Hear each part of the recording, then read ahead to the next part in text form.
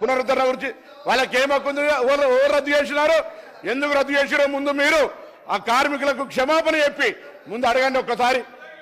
మీరు యూనియన్లు రద్దు చేసి మీరు ఆర్టీసీ గౌరవ అధ్యక్షులు మీరు మీ కుటుంబ సభ్యులు ఉండి వాళ్ళు అన్నమో రామచంద్ర అంటుంటే కూడా చచ్చిపోతే కూడా 50 రోజులు సమ్మె పట్టించుకొని మీరు ఒక్క బస్సు కొనే అధ్యక్ష 10 సంవత్సరాలుగా గౌరవ ముఖ్యమంత్రి గారు మా ప్రభుత్వం వచ్చిన తర్వాత బరాబర్గా ప్రభుత్వం బస్సులు కొన్నది.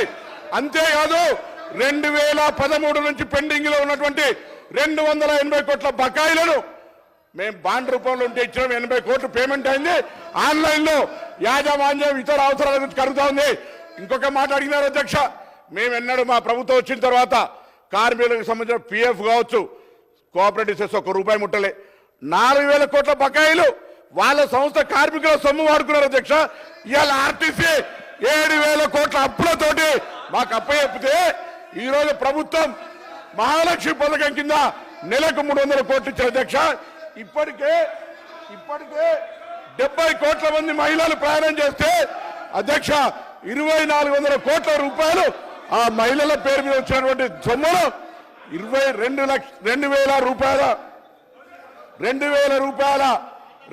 కోట్లను ప్రభుత్వం తరఫున ఆర్టీసీకి ఇచ్చినాం.